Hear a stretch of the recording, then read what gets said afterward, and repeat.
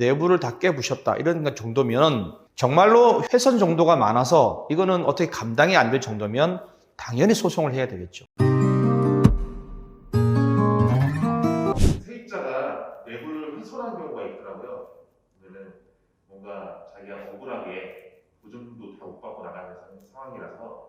자, 우리가 낙찰을 받으면 낙찰 받고 통상 일주일 이내에 매각 허가 결정이 꼭 난 게 아니라 나기 전이라도 그 물건을 우리가 임장을 가게 되고 낙찰 받기 전에 어떤 상황이겠다라는 판단이 서게 되죠. 그러면은 낙찰받고 다음 날, 낙찰받은 날 바로 아니면 일주일 이내 여러분들이 해야 될 행동들이 있습니다. 먼저 물건을 봐야 되고 물건에 접근을 해서 물건 안을 볼 수 있는 내부 환경이 어떻게 되어 있는지를 여러분들이 체크를 해야 되는데 환경 체크하는 과정이 여러분들이 물건마다 틀리다는 겁니다. 자, 지금같이 아마 우리가 임장을 갔을 때 굉장히 많이 지저분했을 것이고 그리고 어떤 그런 유사 행위들이 일부가 일어났을 수도 있어요. 그래서 그런 물건들은 낙찰받고 바로 갔을 때 변화가 생겼다. 현황 조사서 상에 나와 있지 않은 것들이 있다든지 이런 것들은 여러분들이 체크를 하셔서 이거는 분명히 지금 현 임차인이 아니면 현 소유자가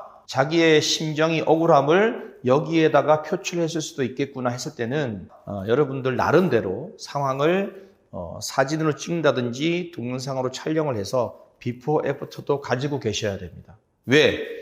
정말로 훼손 정도가 많아서 이거는 어떻게 감당이 안 될 정도면 당연히 소송을 해야 되겠죠. 그러면 그 임차인이나 소유자가 배상을 해야 됩니다. 변호사를 통해서 진행을 한다고 하면 본인한테 압박해오는 걸 알 거예요.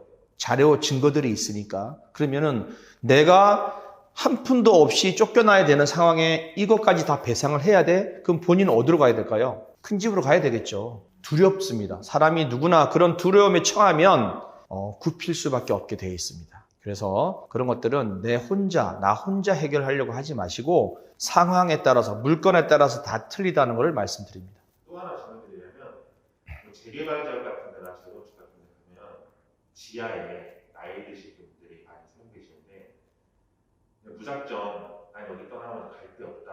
이 추운데 어디 가야 돼? 버티는데.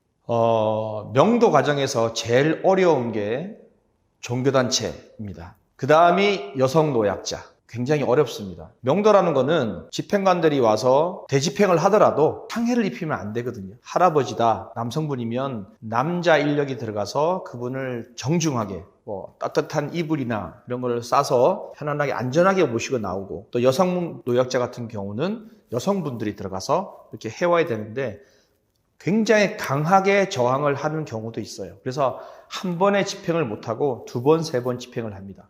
자, 그런데 지금 말씀하신 것처럼 반지하예요.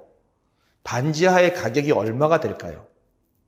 자, 반지하에 매입을 하는 과정에서 그런 인력의 비용이 들어간다고 하면 여러분들 대집행을 할 때 인력 비용 굉장히 비쌉니다. 시간당 한 명당 얼마씩이에요. 그럼 한 번에 못하고 두 번, 세 번 집행을 해야 되고 시간도 길어지고 여러분들이 얻을 수 있는 수익보다 오히려 마이너스가 될 수도 있죠. 그런 반지하의 물건을 그런 분들이 계신 거를 내가 낙찰 받는 것도 여러분들이 신중하게 생각을 해보셔야 된다는 겁니다. 그랬을 때 이러이러한 비용이 들어가기 때문에 그런 비용까지도 여러분이 감안해서 입찰에 응하셔야 되지 않을까 생각을 합니다. 아파트 같은 거 낙찰 받으면 그 경매에 들어간 순간부터 세입자가 관리비나 물가분 같은 거 잘 안 되잖아요. 자, 통상적으로 내가 쓴 것들은 내가 비용을 내고 가는 게 맞습니다. 자, 우리가 공장을 낙찰받으면 공장에 통상적으로 전기료, 수도요금들이 미납이 대부분이 많습니다만 그것들을 낙찰자가 다 부담해야 된다라고 아시고 계신 분들이 있어요. 하지만 내가 쓴 게 아니라는 게 확인이 되면 전기료도 감면받을 수 있고 수도요금도 감면받을 수 있습니다. 그거는 여러분들이 하셔야 되는 행동이에요. 그냥 내가 받았으니까 내가 다 안고 가야지는 절대 아닙니다. 대신에 쓰레기는 여러분들이 치워야 되겠죠. 자, 그럼 반대로 이제 아파트를 가보겠습니다. 아파트는 쓰레기 같은 거는 많지 않을 거라 생각을 합니다. 한데 관리비는 미납이 많이 돼 있겠죠.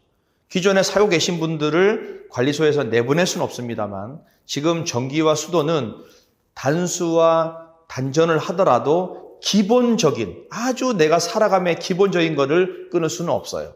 그럼 계속 발생이 되겠죠. 헌데 아파트를 가면 여러분들이 엘리베이터라는 걸 이용해야 됩니다. 이사를 하실 때.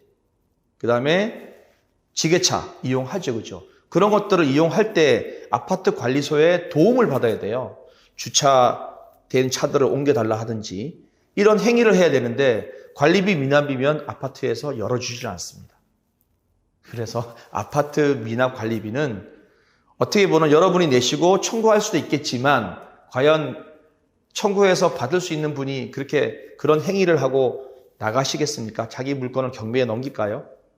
물론 경매에서 남는 금액이 있다면 청구할 수 있겠지만 청구하려면 또 소송을 해야 되고 소송 비용도 만만치 않지 않습니까? 그죠? 그래서 아파트 관리비가 얼마다, 이게 뭐 1,000만 원이다 이러면은 또 별도의 생각을 해야 되겠지만 일반적인 아파트 미납 관리비는 여러분들이 낸다는 생각을 하고 여러분이 입찰을 하실 때 그 비용만큼은 줄여서 입찰하는 게 맞다고 생각합니다.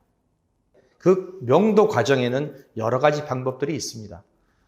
제가 직접 해결하는 방법이 있을 것이고 경매로 낙찰받았으니까 법원의 도움을 받아서 할 수도 있을 것이고 아니면 서로 협의하에 비용을 지불하고 명도를 할 수 있을 것이고 여러 가지 방법이 있는데 첫째는 여러분들이 일단 법원의 도움을 받는 게 제일 중요합니다. 사람의 심리라는 거는 내가 강하게 억압을 하면 상대가 굽히고 들어오겠지, 협상을 하겠지라는 예상을 하면서 하게 되어 있습니다. 그럴 때는 내가 법원의 힘을 빌리지 않고 그냥 단순히 나 혼자 한다면 시간을 계속 끌고 갈 수밖에 없어요. 여러분들이 이런 공장을 낙찰받았는데 금액이 한 50억쯤 됩니다. 그런 거를 순수 내 돈으로 할 수 있을까요?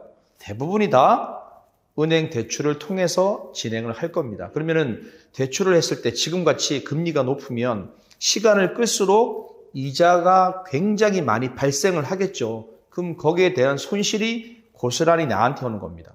그래서 먼저 법원의 도움을 받고자 하는 행위들은 진행을 하셔야 돼요. 자, 이 물건도 마찬가지 협상을 하고 물건을 빼는 과정에 집행관이 가서 가처분 행위를 했습니다. 자, 그럴 때 이 사람들이 내가 약속을 어기면 실제로 집행을 하겠구나. 법원에서 공문이 오고 문서가 오는구나. 진행을 하는구나. 이 사람이 그냥 겉으로 말하는 게 아니라 법적으로 실행을 하고 있구나라는 걸 느끼게 되는 거죠. 그래서 좀 더 유리하게 과하게 요구하는 것을 받는 게 아니라 제가 요구하는 금액으로 서로 타협할 수 있다는 겁니다. 그래서 2way, 3way 하나만 할 게 아니라 동시에 같이 해야지만 여러분들이 목적하고자 하는 기간 내에 빨리 명도를 할 수 있다.